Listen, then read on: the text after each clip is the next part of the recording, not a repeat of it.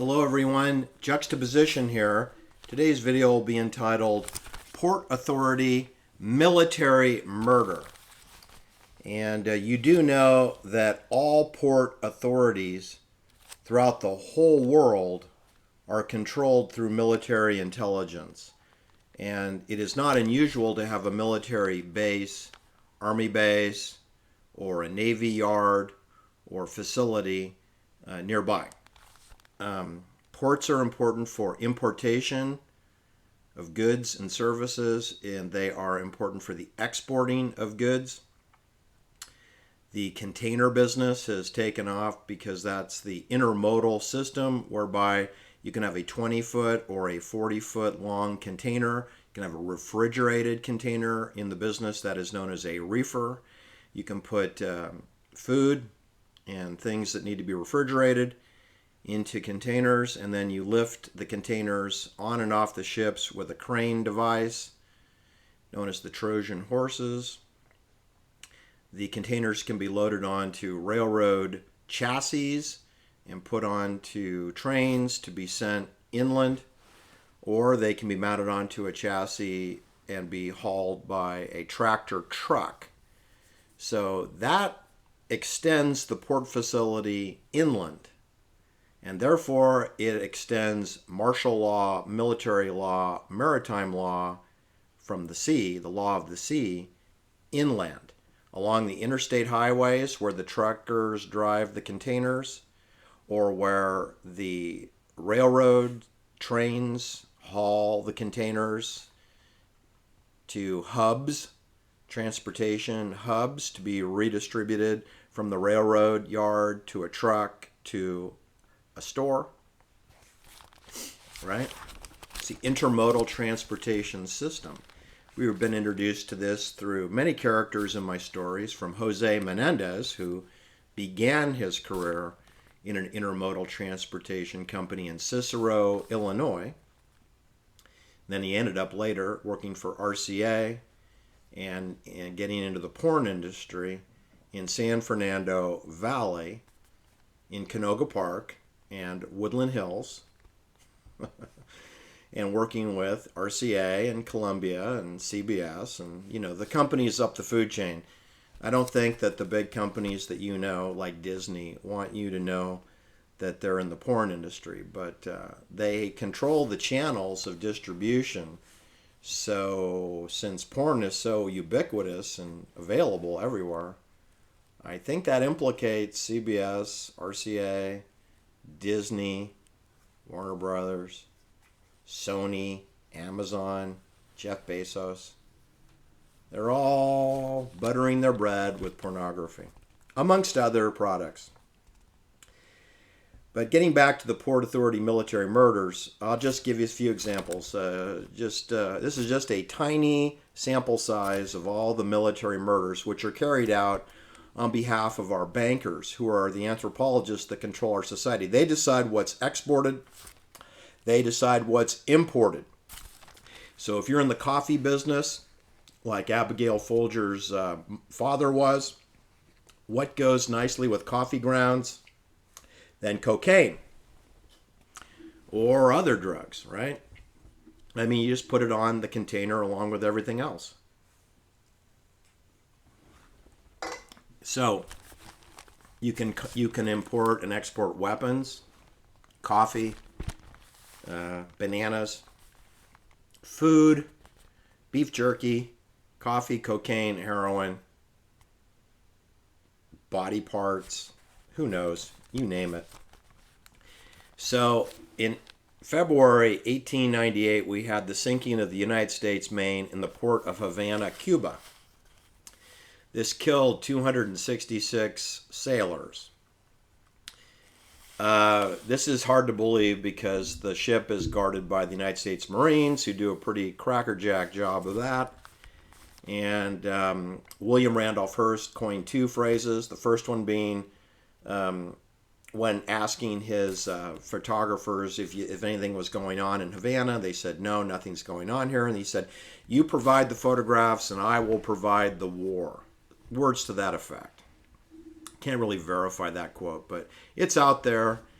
It's out there in the lexicon. Anyway, the other term that William Randolph Hearst newspaper chain coined was "Remember the Maine and to hell with Spain," implicating the Spanish in the sinking of the United States vessel, killing 266 American sailors. Anyway, I'm going to call that poppycock. I'm going to call that a false flag attack. Perhaps 266 people did die, not unlike the World Trade Center, which killed, 2,700 people in New York and a couple hundred people at the Pentagon. But the point is that it's a secured Navy port facility, Port of Havana, which has been under United States Marine control for 150 years. So there's no way that should have happened unless it was done deliberately on purpose. All right, then we have Pearl Harbor, the surprise sneak attack by the Japanese, who somehow took 6 aircraft carriers with all the support ships required for refueling and food and provisions and other escort services, and they steam right through a United States Navy blockade oil embargo, and then surprise the dumbass Americans at Pearl Harbor. But the Japanese forget to take out the power grid, and they destroy 3 battleships from World War I, which nobody cares about: the USS Arizona, the Nebraska, and I think the Tennessee, USS Tennessee, or the Oklahoma. I think it was the Oklahoma, the Tennessee, and the Nebraska. Or the Arizona, you tell me, the Arizona, the Nebraska, and the Oklahoma. Anyway, it had no strategic negative effect on the United States Navy other than to kill around 2,300 Americans, young boys who were clueless. They had no idea what was going on. Was not a surprise to Navy intelligence, was a surprise to people who were sleeping in their bunks. Again, this is a high security naval port where the stupid American Navy had 2 aircraft carriers docked there simultaneously. The Enterprise and the Lexington were both at dock at Pearl Harbor up to 1 week before the attack, when the Enterprise left to go to Wake Island, and then the Lexington left a couple days before the attack. This is highly irresponsible. You never have 2 aircraft carriers moored simultaneously in the same port facility. Never. A child wouldn't do that. But the United States Navy did. Anyway, again, a secured port facility subject to a Japanese surprise sneak attack. Impossible. But it happened. A day that will live in infamy. Not really. I think the Sharon Tate murder lives in infamy.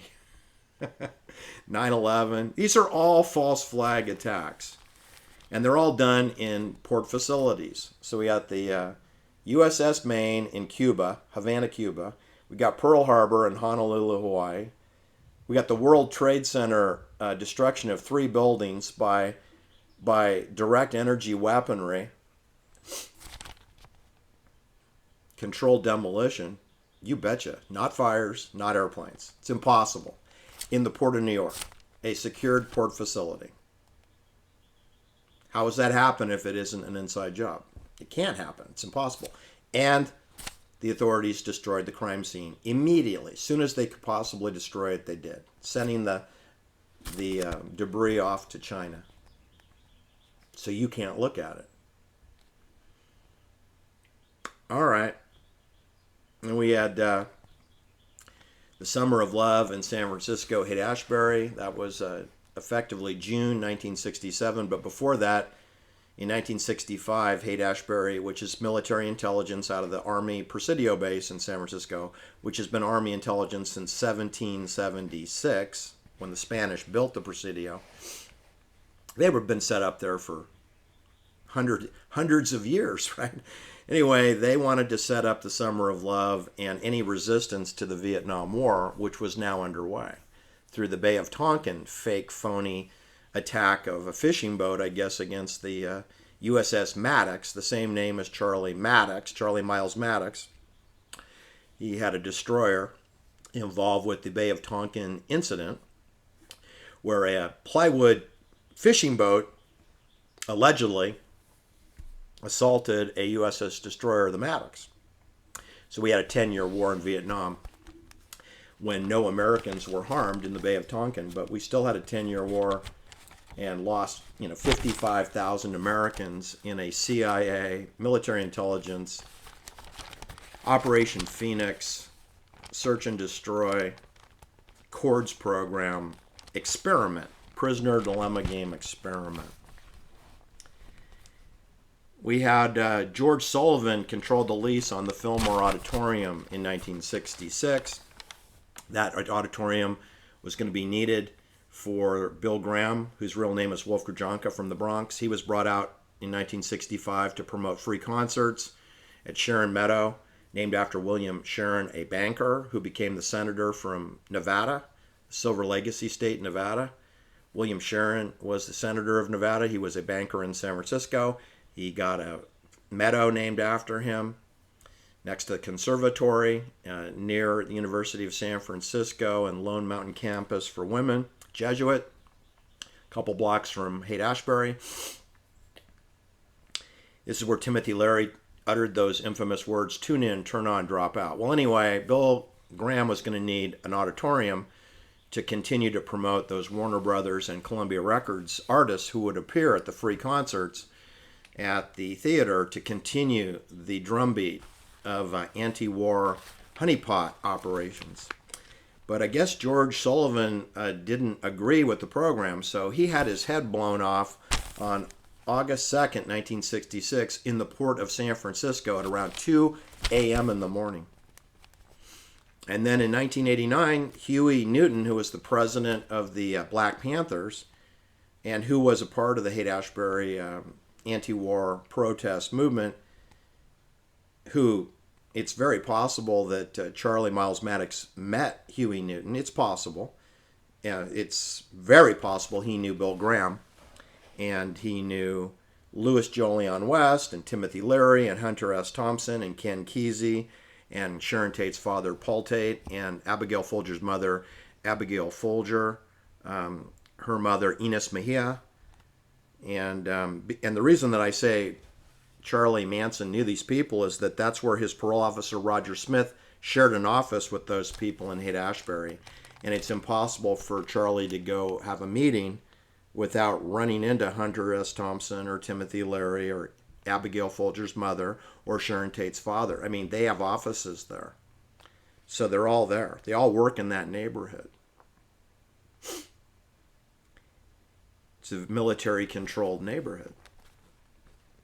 So it's ironic that Huey Newton gets killed in the port of Oakland on August 22nd, 1989, around 2 o'clock in the morning also. And it's doubly ironic that Bill Graham, who promoted the free concerts for the Timothy Leary Tune In, Turn On, Drop Out, and Sharon Tate's father, military counterintelligence, he himself gets murdered in a Bell 206B helicopter crash at Sonoma Creek at Skaggs Island on October 25th, 1991. Bill Graham is murdered at Skaggs Island, which is a United States Navy radio weapons facility, radio frequency communications weaponry facility, which has been reactivated today. It's 12 miles behind me where I'm recording this. I am 12 miles from a NATO radio frequency weapons base where helicopters are known to crash. We got a lot of helicopter traffic over our town, and I know they have 3 helicopter landing spots across from Skaggs Island now, and I'm kind of sort of hoping we have some more helicopter accidents because I am sick and tired of helicopters. I don't want California to have to name the state bird the helicopter, because that's all the kind of birds we have flying in this town is military drones and helicopters, which are loud, obnoxious, and frightening. All right. William Colby was murdered in his kitchen. Now, he wasn't technically in a Port Authority, but he was surrounded on 3 sides by water, and he was killed by a wet ops, black ops team on April 27th, 1996, in his home. And he was the director of CIA after the Watergate debacle, and he cleaned it up by lying really well. He previously was the deputy director in charge of the Phoenix political assassination torture program in Vietnam. Jim Jones, Jim Jones was in Haight-Ashbury and worked with Charlie Miles Maddox, of course, up in Mendocino. But you remember Jim Jones was murdered in a port facility in British Guiana on Union Carbide leasehold controlled property, like 5,000 acres of land in the jungles of Guiana, British Guiana. Jim Jones was shot in the back of the head by an M16 rifle. And that's a port authority. It's on a river. And there were 167 to 175 paramilitary guards. I'm going to call that NATO soldiers on contract. Jeffrey McDonald, his family was slaughtered. His wife and 2 daughters were stabbed to death, probably by bayonet, at Fort Bragg Army Base. That is a secured military facility in North Carolina. Dr. Victor Ohta, his family, and himself were slaughtered by what appears to be a military assassination at 999 North Rodeo Gulch Road in Santa Cruz County. That was occurring in October 1970 during the Charlie Manson Miles Maddox trial. That's a secured military canyon. Sharon Tate and Abigail Folger were killed on military-controlled properties, completely surrounded 360 degrees in Benet Canyon. The yellow cab driver in San Francisco, Paul Stine, the yellow cab company driver, shot in the head with a 9mm semi-automatic pistol, was killed in the Presidio Heights neighborhood, 2 blocks from where Colonel Paul Tate, Sharon Tate's father, resided in the Presidio officer housing. That is a controlled military neighborhood next door to an Army Presidio base. John Kennedy was murdered in Dallas, Texas, a port authority, shot from a shooter from the trestle, the railroad trestle, which is part of the intermodal transportation system, right, in Dallas, Texas, the city where Sharon Tate won her very first beauty pageant, the Port Authority of Dallas. She was 6 months old when her mother pimped her out for a beauty pageant, age 6, one of dozens of beauty pageants that she was required to do for the next 16 years before she became a movie star in films with Tony Curtis, Dean Martin, Donald Pleasance, okay, David Niven. Yeah. Anyway, so John Fitzgerald Kennedy was killed in a port authority, military controlled, railroad yard, trestle, railroad trestle, where no spectators, no pedestrians are allowed. There's no walking pathway there. It's strictly controlled. All right. I guess that's my point for today's video is we have dozens of military murders on behalf of the banks with operatives that are working in operations for anthropology, to herd the sheep the way they're to be herded, and to keep whistleblowing eliminated, and to set examples to the replacements of these victims. Don't disobey. I mean, you can see the robots are coming, because when the robots arrive, there'll be fewer assassinations, right? Because the robot won't be able to say no. The HAL 9000 is not going to sass their control agent. All right, thanks for listening. Have a great day. Bye-bye.